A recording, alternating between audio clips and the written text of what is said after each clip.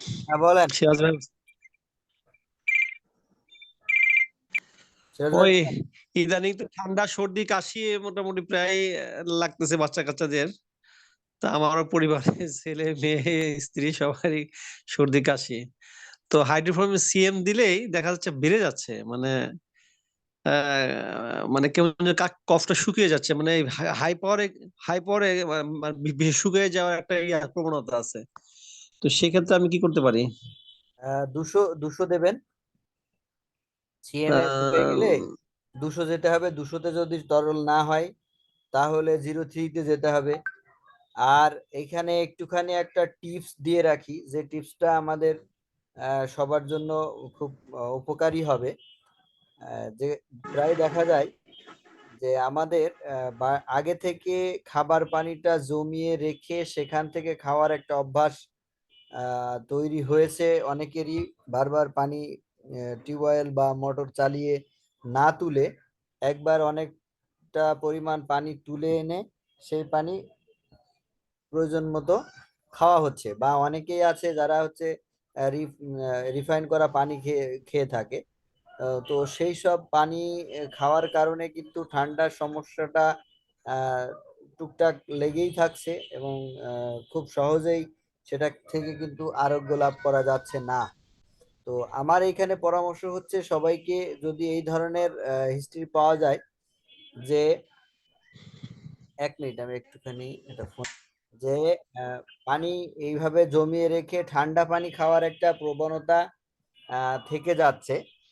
তো সেইটা ঠান্ডা পানি খাওয়ার কারণে কিন্তু ঠান্ডার জটিলতা যাচ্ছে না। তো আমাদেরকে সেই জায়গায় পরামর্শ দিতে হবে, যাতে প্রত্যেকেই ওই পানিটা একেবারে ঠান্ডা না খেয়ে গরম পানি ফ্লাক্সে অথবা গরম পানি করে ওর সাথে গরম পানিটা মিশিয়ে ঠান্ডাটা একটু কমিয়ে যেন খায়। তাহলে দেখবেন ঠান্ডার সমস্যা আর থাকবে না। এখন তো সিরাজ ভাই, আপনার ফ্যামিলির পানি খাওয়ার অভ্যাসটা কিরকম? এমনি ডাইরেক্ট কল থেকে খায়, আবার মোটামুটি ইসে থেকেও খায়। মানে ফিল্টার ফিল্টার করা পানিও খাওয়া হয়। হ্যাঁ, ফিল্টার করা তো পানি এখন খাইলে থেকে আমি ওই অবশ্যই গরম পানি মিক্সড করে খেতে হবে। হ্যাঁ। ঠিক আছে, তো ফিল্টার করা আমার পানি ওই যে খেলে হ্যাঁ অবশ্যই হ্যাঁ, গরম হ্যাঁ। পানি মিক্সড করে খেতে হবে। এই আমার ওয়াইফের ইদানিং মোটামুটি শ্বাসকষ্ট একেবারে, মানে বুক টুক চেপে ধরছে, তো এই সিএম খাওয়ানোর পরে মানে হ্যাঁ। আরো বেশি মনে হয়। তা এখন দ্রুত, এখন এটা কি মানে 200-তে বা ইসে যাবো কি দ্রুতই, না কি একটু অপেক্ষা করতে হবে? না, আপনার দেখা গেলো খাওয়ার অপেক্ষা পরে। অপেক্ষা করবেন তখন যখন রুগীর কষ্ট না কমলেও সেন্স অফ ওয়েলবিং ভালো আছে, তার কনসাসনেস ভাল পজিটিভ আছে, তখন আপনি অপেক্ষা করবেন। আদারওয়াইজ তো আপনি অপেক্ষা করতে পারবেন না। সেটা 1 ঘন্টা কি আর 2 ঘন্টা এর মধ্যে চেঞ্জ করা যাবে না? হ্যাঁ, চেঞ্জ করা যাবে। এ আমার নাতি একটা সেই ছোটবেলা থেকে সর্দি কাশি লেগে আছে।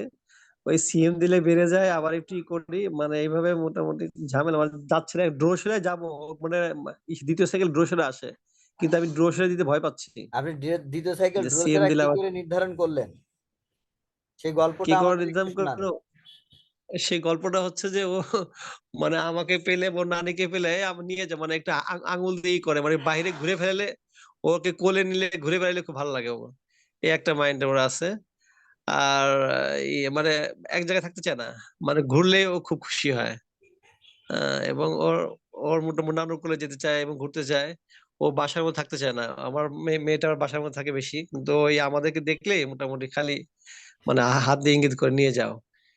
ওর বয়স 1 বছর। আর একটা হচ্ছে যে ও মোটামুটি খুব মানে খুব চালাক এবং খুব স্মার্ট, এবং ও মানে কেমন যে কথা বলতে চায়। এই কথা বলতে চায় দিক দিয়ে মোটামুটি আবার সেদিক মেটোর দিকে যায়। তো আসলে আমি আবার আবার ওর বাবা মার দিকে মানে মানে করে আমি আবার হাইড্রোফোন ভাবছি, তো সেই হিসেবে দ্বিতীয় সাইকেল একবার হাইড্রোফোন মনে করি, মানে এখন হাইড্রোফোন এখানে ড্রোসেরা এখানে আর যে হচ্ছে যে মেটোরিয়াম। কথাটা বলার সেটা হচ্ছে যে সিভিলিয়ানের মতো বাইরে ঘুরতে চায়। সেটা সেটা তো এটা আসলে মানে পার্থক্যটা খুব মানে কঠিন হয়ে যায় আসলে। হ্যাঁ, এখন কথা হচ্ছে যে ওর কাছে যদি কোনো খাবার থাকে বা আপনার আহ, ও আপনাদের সবার সব থেকে কাকে বেশি পছন্দ করে আপনাদের পরিবারের মধ্যে?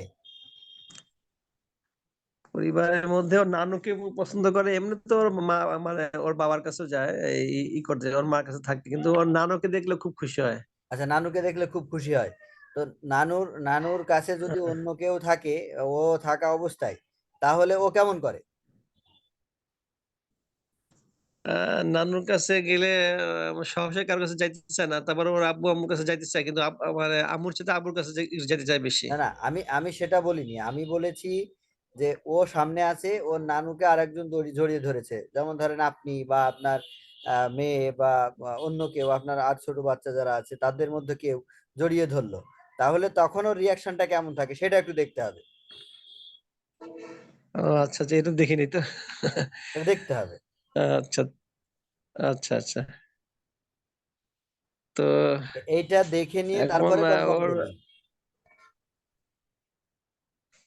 তা এখন মেরোতে যাওয়ার জন্য কথা বলা, মানে কথা বলার এটা অনেক মানে ছোটবেলা থেকে খুব মানে মানে কথা বলতে চায়, এরকম অবস্থা। হ্যাঁ, তো রাগ, আমার রাগ আছে কথা খুব বেশি। কথা বলতে চাওয়া, বা দুষ্টামি করা, বাইরে ঘুরতে যাওয়া, সেগুলো তো সিভিল নামের মধ্যেও অনেকটা আছে। তো সেই জন্য আপনি হচ্ছে এখনই কিন্তু ওইটা ইয়ে করতে পারবেন না, কি বলে আপনার কনফার্ম করতে পারবেন না যতক্ষণ পর্যন্ত না আপনি দেখবেন যে আপনার এই নাতি তার নানুকে সব থেকে বেশি পছন্দ করে, আর সেই পছন্দ করা মানুষটার কাছে যদি অন্য কেউ আসে, তাহলে তার রিয়াকশনটা কেমন থাকে। যদি বোঝা যায় যে তার আচ্ছা আচ্ছা। কোনো রিয়াকশন নেই, তাহলে হ্যাঁ। দোসরা হতে পারে বা অন্য কিছু হতে পারে। কিন্তু যদি দেখা যায় যে রিয়াকশন আছে, রিয়াকশনটা কেমন, যে সে ক্ষেপে যাচ্ছে, তার পাশে সে পছন্দ করছে না যে সে সামনে থাকাকালীন তার কাছে আর কেউ থাক, যদি এরকম মনে হয়, তাহলে হ্যাঁ। অবশ্যই সিভিল নাম হবে। আচ্ছা আচ্ছা আচ্ছা। এখানে স্বার্থপরতাটা চলে আসবে। আচ্ছা আচ্ছা। হুম, একদম। আসলে এই যে একটু এগুলো খুব বোঝাটা আসলে আমার জন্য খুব কষ্ট হয়ে যায় অনেক সময়, কষ্ট হবে না এই সিরাজ বুঝে ভাই, কষ্ট ওঠাটা। হবে না। শুধু আমাদেরকে একসাথে চলতে হবে। যার যেটা, এই যে আপনার এই বা নাতিটার ব্যাপারটা শেয়ার করাতে অনেকের ভিতরে কিন্তু এটা ক্লিয়ার আসলো। তো এরকম যদি আমরা হ্যাঁ গিভ অ্যান্ড টেক করি, তাহলে আমরা সবাই মিলে একসাথে অনেক দূর এগোতে পারবো ইনশাআল্লাহ। ঠিক ঠিক। এই যে আমার না মাঝে মাঝে দেখি আমার কাছে আসতে চায়, আবার আসতে চায় না, এই একটা মানে ভাবের মধ্যে হয়। হ্যাঁ, আমাকে চিনে চিনে না। আচ্ছা, তো ওনার নাম একটু এখন ড্রোসরা বেশি জরুরি। আমাদের প্রশ্ন হলো, যেহেতু ছোট মানুষ, ড্রোসরার কথা আমরা ভাববো কেন এখনই? না, উনি মানে সেকেন্ড ভাবছি এই সাইকেলের জন্যই, কথা ওর এই জন্য ছোটবেলা থেকেই ভাবছেন ওর যে ফার্স্ট সাইকেলে সুস্থ রাখা যাচ্ছে না। হ্যাঁ হ্যাঁ হ্যাঁ। ওকে আমি ওর হাইড্রোফোমিয়াম সিএম 200 এগুলো কয়েকবারই মানে কয়েকবারই ঘুরেছি, শরীর ট্রেনে গেছি, কারোবেজে গেছি, কিন্তু আমি এখন পর্যন্ত সেকেন্ড সাইকেলে যাইনি এখনো, এগুলোই ঘুরাচ্ছি। কিন্তু যেহেতু ওর মোটামুটি ওর বাবার ওর বাবার দিক দিয়ে মোটামুটি কিছুটা ইয়ে আছে, মানে অ্যালার্জি এবং প্লাস মানে হাঁপানির ইটা আছে দেখে আমি ভাবছি যে ড্রোসায় যাব। কিন্তু ওর মানে ইটা মানে ওর মানে ওর ফিলোসফিটা মানে অ্যাডজাস্ট করতে পারতেছি না। ফিলোসফি অ্যাডজাস্ট হয়ে যাবে যদি তো আপনি এখন জাহিদ এই ভাই। যে কুলটা দিলাম, যে ওর নানুর কোলে কেউ থাকলে, হ্যাঁ হ্যাঁ ও থাকাকালীন তাহলে ও খেপে যাচ্ছে কিনা, বা ওকে কোনো খাবার দিলে হ্যাঁ। সেই খাবার চাইলে ও দিচ্ছে কিনা। আচ্ছা আচ্ছা, সেটাই। ঠিক আছে। তো এখন কোনো বাচ্চা যদি এমনি মানে ঠান্ডার প্রবণতা যদি থাকে, এটা তো আমরা জানি যে টিউবারকুলার একটা ইয়ে আসে, তো সেই হিসেবে। সিরাজ ভাই, জি জি।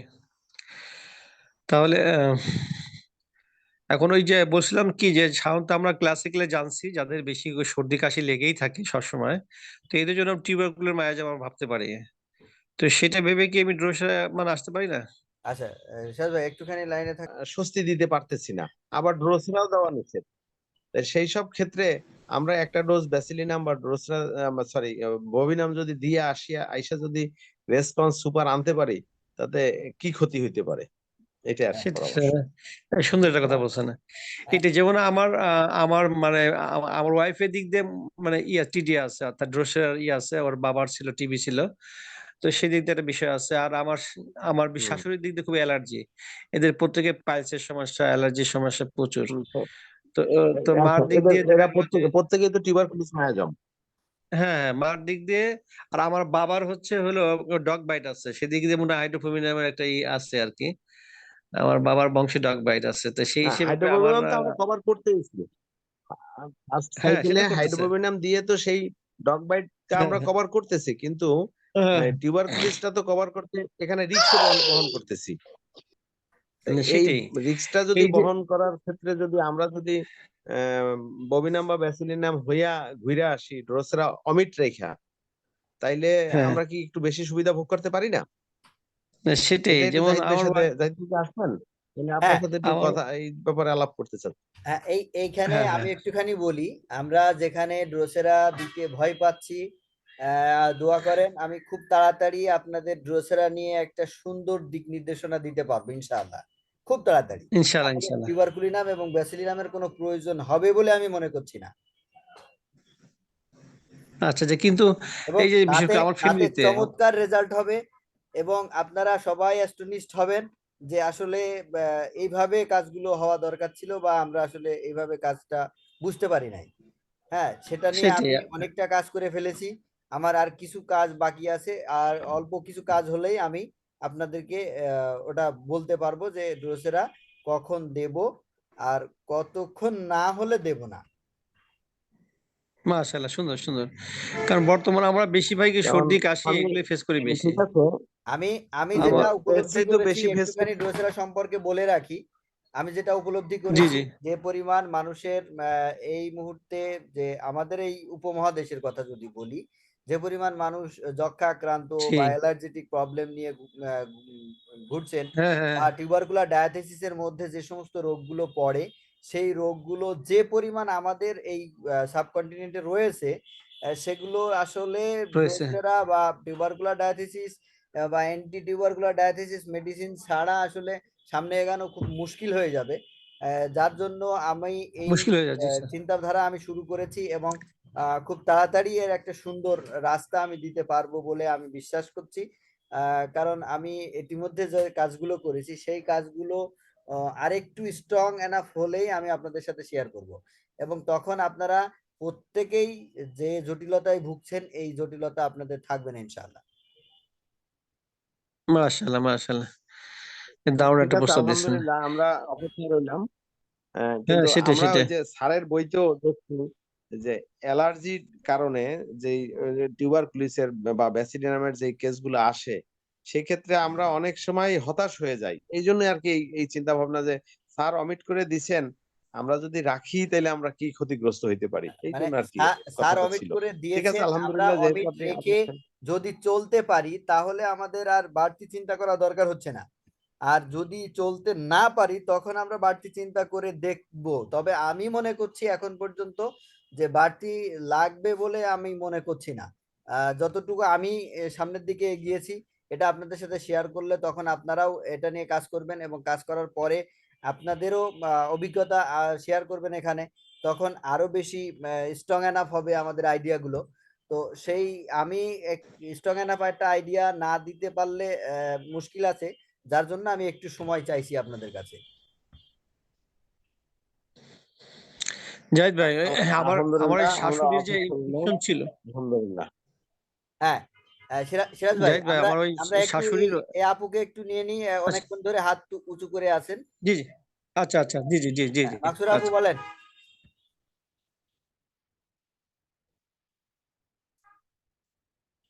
হ্যালো, মাকসুর আপু, আপনার কথা আসছে না,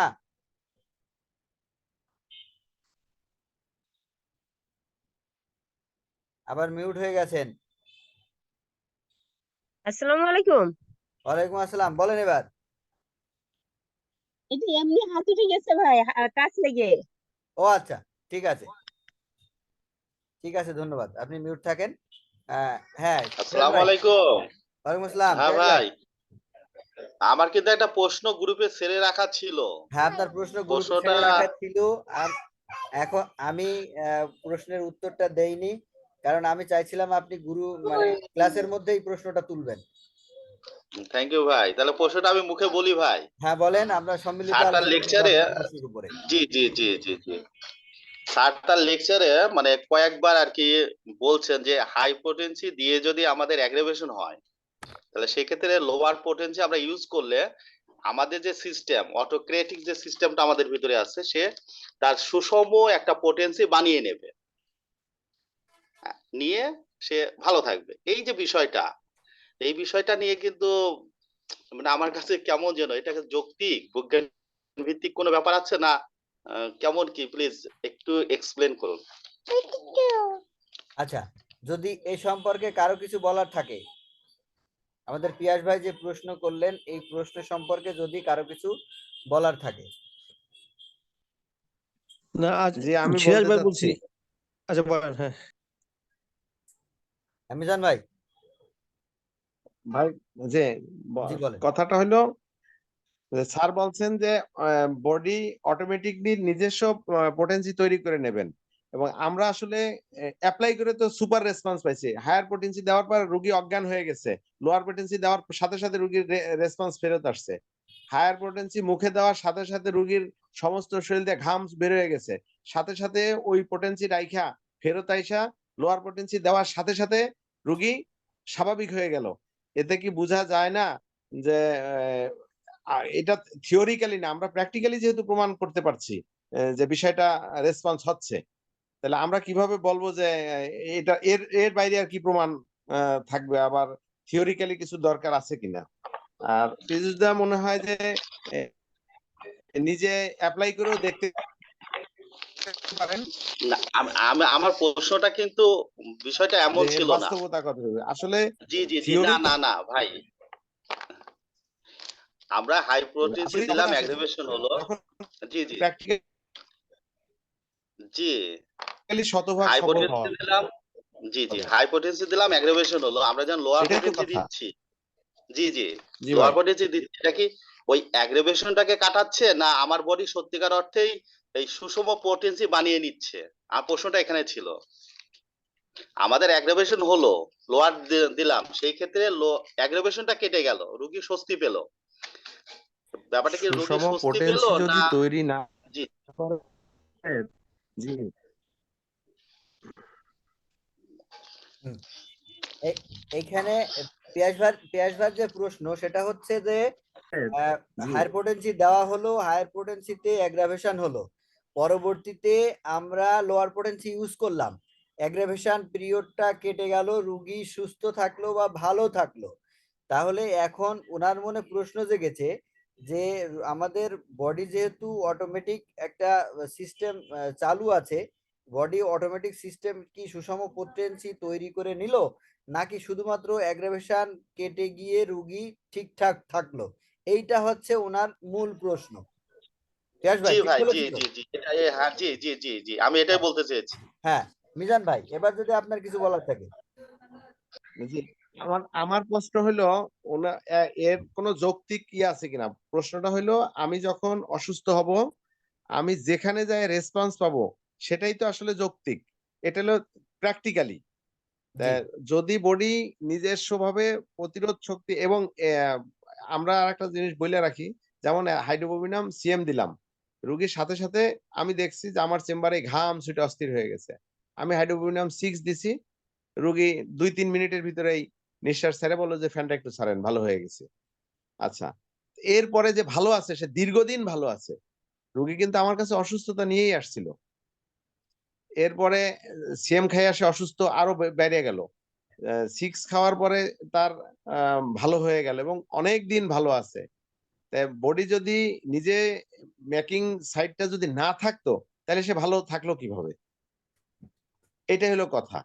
যৌক্তিকতা হলো এই জায়গায়, হয় থিওরিক্যালি আছে কিনা আমি, তবে আমরা প্র্যাকটিক্যালি এর প্রমাণ তো পাচ্ছি, এই আর কি।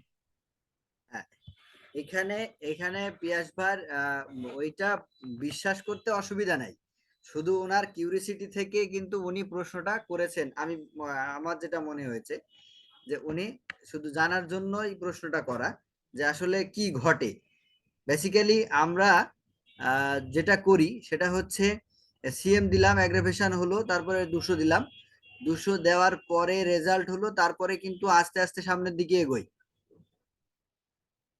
মিজান ভাই, তাই তো? জাহিদ ভাই, হ্যাঁ এখানে আবার একটা কথা, আমি জি ভাই, মানে জি ভাই। বড় বড় মনীষীরা কিন্তু লোয়ার থেকে কিন্তু হাইয়ে যায়, মানে ভিতর কাছ থেকে শুরু করে বড় বড় কিন্তু আমাদের স্যার সরাসরি সিএম দিয়ে শুরু করতে বলে। তো আসলে মানে সিএম দিতে যে আমরা বিভিন্ন সময় কিন্তু মানে বিভিন্ন সমস্যায় পড়ি। তো সেক্ষেত্রে আমাদের মানে মানে আমাদের মানে এটা কি হবে, আমরা কি এই ক্ষেত্রে কি লোয়ার থেকে শুরু করলে ভালো হয় না? হ্যাঁ, দেখেন, বড় বড় মনীষীরা সবাই কিন্তু লক্ষণের উপরে নির্ভর করে মেডিসিন সিলেক্ট করে, আমরা কিন্তু তা করি না।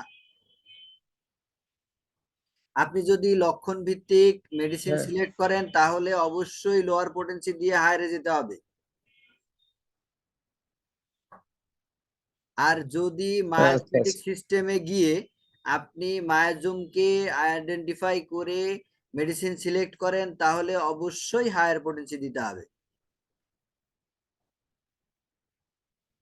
সিরাজ ভাই, মানে হ্যাঁ, মায়াজমকে ধ্বংস করার জন্য বা দুর্বল করার জন্য হাই পোটেনশিয়াল কোনো বিকল্প নাই। হ্যাঁ তো যখন জি, আমি এই লোয়েতে কথা ক্লাসিক্যালেও কিন্তু বলা আছে ভাই। হ্যাঁ, ক্লাসিক্যালেও বলা আছে, কিন্তু ক্লাসিক্যালরা সবসময় কিন্তু, যেটা আমরা দেখেছি, আমরা তো ক্লাসিক্যালের সাথে জড়িত ছিলাম, তো আমরা ওইখানে প্রত্যেকেই কিন্তু ক্লাসিক্যালের সাথে জড়িত ছিলাম। ক্লাসিক্যালে যেটা হয় সেটা প্রেজেন্ট লক্ষণটাকে বেশি গুরুত্ব দেওয়া হয় এবং সাথে মায়াজমকে চিন্তা করা হয়। আর আমরা কি করি, আমরা কিন্তু প্রেজেন্ট লক্ষণকে কোনো গুরুত্ব দিই না, শুধুমাত্র মায়াজমকে চিন্তা করি। মায়াজম বা আমরা যেটা বলছি যে ট্রু ডিজিজ বা আমাদের যে সাইকেল, এই সাইকেলটার উপরে মেনটেন করার চেষ্টা করি। আমরা কিন্তু বেসিক্যালি মায়াজমকে ট্রিটমেন্ট করি, যেটা জেনেটিক্স বলেন যাই বলেন না কেন, এই সব কিছুই সংশোধন কিন্তু মায়াজমকে রিসেসিভ করতে পারলেই সবকিছু সংশোধন হবে। তো সেই জন্য আমি যেটা মনে করি সেটা হচ্ছে যে আহ, যদি লক্ষণ ভিত্তিক আমরা মেডিসিন সিলেক্ট করি তাহলে অবশ্যই লোয়ার পোটেন্সি দিয়ে শুরু করতে হবে। লক্ষণ ভিত্তিক মেডিসিন সিলেক্ট করে হায়ার পোটেন্সি দিলে বিপদে পড়বেন, আর মায়াজম ভিত্তিক মেডিসিন সিলেক্ট করে লোয়ার পোটেন্সি দিলে বিপদে পড়বেন। এটা ঠিক আছে, এক্স্যাক্টলি ঠিক। হ্যাঁ, মিজান ভাই। বলছি, আমি একটা কথা বলছিলাম। জি জি বলেন। ওই বলছি যে মায়াজম তো বিশেষ করে আমাদের সেকেন্ড সাইকেলটাই প্রকৃত মায়াজম। বাকি সাইকেলগুলো তো সেইভাবে মায়াজম আসছে না, ওগুলো তো আমরা সিএম দিয়ে শুরু করি। হ্যাঁ, যেমন আমাদের হ্যাঁ, প্রত্যেকটা মেডিসিনই অ্যান্টি মায়াজমেটিক মেডিসিন। আমরা কিন্তু সেকেন্ড আপনাকে শোনা সাইকেলকে যাচ্ছে না। বেশি গুরুত্ব দিচ্ছি। মিজান ভাই কি বললেন? যে হ্যালো মিজান ভাই। আচ্ছা, মায়াজম আমরা এই মুহূর্তে সেকেন্ড সাইকেলকে বেশি গুরুত্ব দিচ্ছি। কেন গুরুত্ব দিচ্ছি? কারণ হচ্ছে তার মধ্যে এই মুহূর্তে কোন মায়াজমটা বেশি প্রিডোমিনেন্ট সেইটাকে আমরা অগ্রাধিকার দিচ্ছি। আচ্ছা, কিন্তু সবগুলো মায়াজম প্রত্যেকটা মানুষের মধ্যে বিদ্যমান। ঠিক আছে, তাহলে ঠিক আছে। তো পরবর্তীতে পর্যায়ক্রমে আস্তে আস্তে প্রত্যেকটা মায়াজমের ওষুধ দিলে, অ্যান্টিমায়াজমেটিক মেডিসিন প্রয়োগ করলে প্রত্যেকটা মায়াজম রিসেসিভ থাকবে এবং মানুষটা দীর্ঘদিন সুস্থ থাকবে। মানুষকে দীর্ঘদিন সুস্থ রাখার জন্য আমাদের এই চক্রগুলো ঘুরিয়ে আনতে হবে এবং সিস্টেমেটিক ওয়েতে যত বেশি আমরা একটা মানুষের মধ্যে এই চক্রগুলো বেশিবার ঘোরাতে পারবো, সেই মানুষটা মায়াজমগুলো তত বেশি রিসেসিভ অবস্থায় থাকবে এবং এই মানুষটা তত বেশি দিন সুস্থ থাকবে। ঠিক আছে। আচ্ছা, জাহিদ ভাই, হ্যাঁ ঠিক আছে। এই চুলকানির বিষয়টা, মানে যখন দেখা যাচ্ছে যে সিএম দিলাম, চুলকানি বেড়ে যায়, 200 দেই বা 20 দেই, আমার তেমন রেসপন্স করে না। এরপরে দেখা গেলো যে মানে কারো মানে ওই যে শরীর নামে যায়, তাদের রেসপন্স পায় না। এরপর কারো যায়, তাতে কোনো ই পায় না। তো এই যে দীর্ঘ যে মানে সময়টা লেগে যায়, তো এখন এখানে তার সাইকেল গুলো চেঞ্জ করতে সময় লাগে বেশি, কিন্তু রুগী অত বেশি সময় দিতে চায় না, সেক্ষেত্রে আমি কি করতে পারি? রোগী সময় দেবে না সেটা স্বাভাবিক ব্যাপার, কিন্তু রোগীর যে অন্যান্য সাইডগুলো, সেই সাইডগুলো দিয়ে যদি রোগীকে বুঝিয়ে মোটিভেট করে ধরে রাখা যায় তাহলে কিন্তু রোগী আমাদের ছেড়ে যাবে না। যদি আমরা যথা উপযুক্ত তথ্য প্রমাণ রোগীর সামনে উপস্থাপন করতে পারি এবং রোগীকে বিশ্বাস করাতে পারি, তাহলে কিন্তু রোগী আমাদের ছেড়ে যাবে না। আমি বললাম যে আপনার এখন যে চুলকানি আছে বা দাউদ আছে বা অন্য যাই চর্মরোগ থাক না কেন, আপনি কষ্ট পাচ্ছেন, আপনার ওষুধ দিলে সেরে যাবে। সেরে যাবে কিভাবে সেরে যাবে? আমরা কিন্তু মলম লাগিয়ে সারাতে পারছি না, আমরা চাপা দেওয়ার কোনো সিস্টেম দিতে পারছি না। কেন দিতে পারছি না? কারণ আমরা জানি যে এই মানুষটার এই চর্মরোগ চাপা পড়লে তার ভবিষ্যৎ কতটা খারাপ, বা ভবিষ্যতে তার জন্য কি দুরারোগ্য ব্যাধি অপেক্ষা করছে। তো সেইগুলো আমরা জানি, এবং আমরা যদি মোটিভেট করতে পারি, রুগীকে বুঝাতে পারি, তাহলে কিন্তু রুগী বুঝবে। তবুও রুগীকে ধৈর্যের মধ্যে রাখতে হবে। যখন মানুষের বুঝ থাকে, ধৈর্য থাকে, ধৈর্যের মধ্যে থাকছে না, তখন মানুষ কিন্তু অন্য কিছু করে ফেলে। যেমন আমরা যদি সমাজের দিকে তাকাই, বিভিন্ন সুশীল সমাজের মানুষ বা খুব জ্ঞানী গুণী মানুষ, তারা কিন্তু ভুল করছেন, সুইসাইড করছেন, ইত্যাদি ইত্যাদি। কেন করছেন? কারণ তাদের ধৈর্যের একটা সীমা আছে, ধৈর্যের সীমা পর্যন্ত তারা অপেক্ষা করছেন। যখনই ধৈর্য আর রাখতে পারছে না, তখন কিন্তু একটা অঘটন ঘটিয়ে ফেলছেন। আমাদের তথ্যগুলো যদিও রোগীদের কাছে বিশ্বাসযোগ্য এবং খুব সুন্দরভাবে যদি আমরা মোটিভেট করেও রাখি, তবুও যদি চুলকানিটাকে আমরা ম্যানেজমেন্টের মধ্যে ফেলে যদি তার সহ্যের মধ্যে রাখতে না পারি, তাহলে কিন্তু মানুষটা আমাদেরকে ছেড়ে চলে যাবে। এখন কথা হচ্ছে যে আমরা সহ্যের মধ্যে রাখবো কি করে। চুলকানিটা বিভিন্ন ধরনের হয়ে থাকে, যেমন অ্যালার্জেটিক চুলকানি, বা এমনি চুলকানি, বা হচ্ছে আপনার কি বলে রিংওয়ার্ম বা দাউদ। এই ধরনের চুলকানি বা পাঁচড়াগুলো যদি কষ্টদায়ক হয়, তাহলে আমাদের কি করতে হবে? তাদের আমরা জানি যে ন্যাচারাল অ্যান্টিসেপটিক হচ্ছে নারকেলের তেল।